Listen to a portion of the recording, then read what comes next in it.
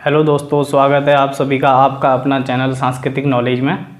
दोस्तों, इस वीडियो को अभी से लाइक कर दें और चैनल को सब्सक्राइब करें ताकि आने वाली वीडियो की आपको नोटिफिकेशन मिल सके, और बेल आइकन को भी ज़रूर प्रेस करें और ऑल में टिक करें।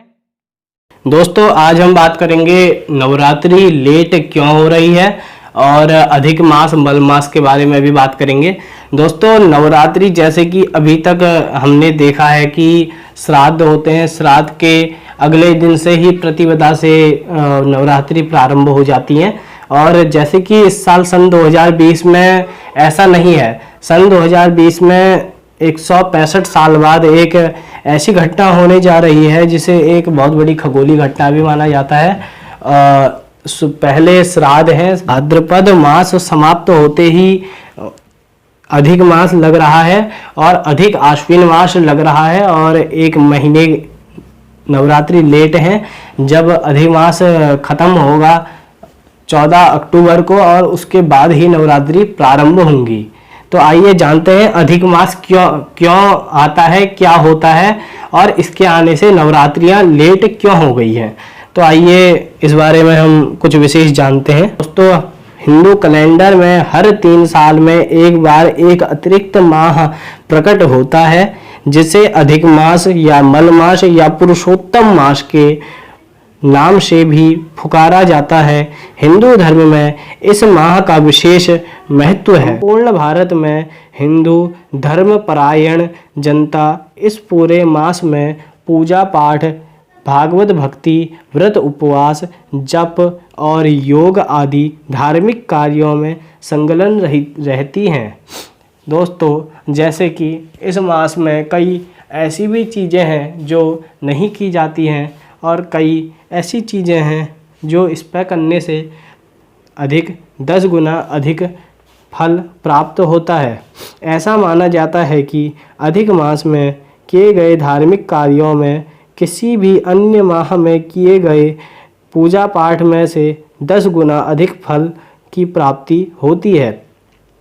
यही वजह है कि श्रद्धालु जन अपनी पूरी श्रद्धा शक्ति के साथ इस मास में भगवान को प्रसन्न कर इहलोक तथा परलोक को सुधारने में लग जाते हैं। अब सोचने वाली दोस्तों यह बात है कि यदि यह मास इतना ही प्रभावशाली है और इतना ही पवित्र है, तो यह हर 3 साल में क्यों आता है? आखिर क्यों और किस कारण से इसे इतना पवित्र माना जाता है?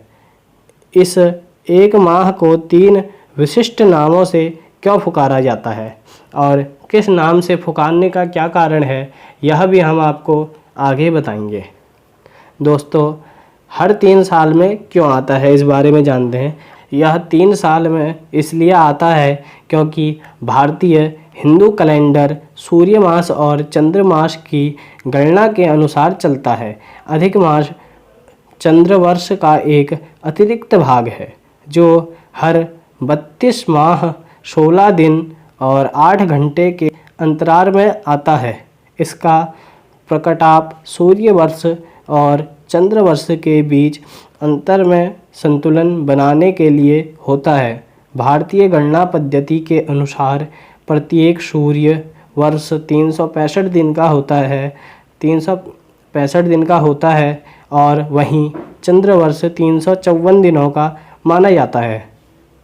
दोनों वर्षों के बीच लगभग 11 दिन का अंतराल होता है, और इसी अंतराल को पूरा करने के लिए हर 3 वर्ष में यह अधिक मास आता है।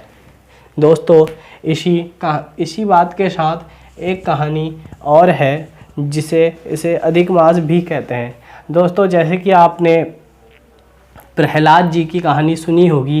हिरण्याकश्यप को जब नरसिंह अवतार में भगवान नरसिंह मारते हैं, तो यह कहानी भी आपने सुनी होगी।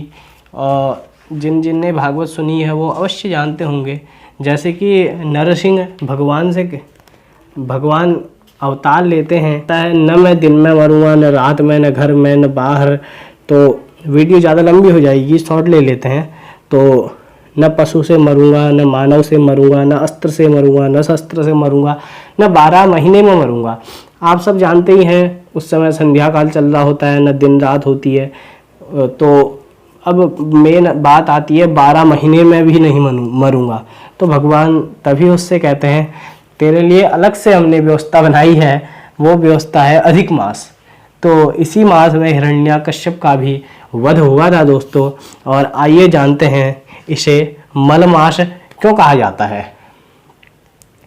जैसे कि दोस्तों हिंदू धर्म में अधिक मास के दौरान सभी पवित्र कर्म वर्जित माने गए हैं। माना जाता है कि अतिरिक्त होने के कारण इस मास को मलिन माना जाता है। इसीलिए इस मास के दौरान हिंदू धर्म के विशिष्ट व्यक्तिगत संस्कार जैसे नामकरण, यज्ञोपवीत, विवाह, सामान्य धार्मिक कार्य संस्कार जैसे गृह प्रवेश, नई बहुमूल्य वस्तुएं, नवरात्रि आदि, इन आदि चीज़ों को आमतौर पर नहीं मनाया जाता है। मलिन मानने के कारण ही इस मास को मल मास कहा गया है। दोस्तों इस मास में यदि भागवत का श्रवण किया जाए तो 10 गुना अधिक लाभ देती है। यहीं भगवद गीता का अध्ययन किया जाए वह भी 10 गुना अधिक लाभ देती है। दोस्तों आइए जानते हैं पुरुषोत्तम मास क्यों कहा जाता है। अधिक मास के अधिपति स्वामी भगवान विष्णु माने जाते हैं। पुरुषोत्तम भगवान विष्णु को ही कहा जाता है, इसलिए अधिक मास को भी पुरुषोत्तम मास के नाम से पुकारा जाता है। दोस्तों इस विषय में वेदों पुराणों में बहुत ही सुंदर कथा श्रवण अध्ययन करने के लिए मिलती है। भारतीय मनीषियों ने अपनी गणना पद्धति से चंद्र मास के लिए एक देवता हर निर्धारित किए हैं। और यहीं अधिक मास की जब बात आती है तो अधिक मास के कोई देवता निर्धारित नहीं है, तभी सभी साधु संत मनीषियों एवं अधिक मास स्वयं भगवान पर जाते हैं। भगवान विष्णु से कहते हैं कि हे भगवान, आपने ही मुझे बनाया और आप ही मुझे छोड़कर जा रहे हैं। मेरे अधिपति, मेरे स्वामी तो कोई है ही नहीं, मुझे आप अपनी ही शरण पर रखिए। तो तभी भगवान विष्णु कहते हैं कि मैं ही आज से तुम्हारा स्वामी हूँ और तुम्हें मेरे नाम से पुकारा जाएगा। तो इसी कारण इसे पुरुषोत्तम मास भी कहा जाता है और इसीलिए अधिक मास के स्वामी भगवान विष्णु को माना जाता है। और इस मास में भगवान विष्णु की उपासना भी बहुत उत्तम मानी जाती है। तो दोस्तों बहुत ही जल्दी नवरात्रि के ऊपर वीडियो लाएंगे। अगर आप कोई और विषय पर वीडियो देखना चाहते हैं तो नीचे कमेंट बॉक्स पर कमेंट करें और हमें बताएं। धन्यवाद दोस्तों, थैंक्स फॉर वॉचिंग।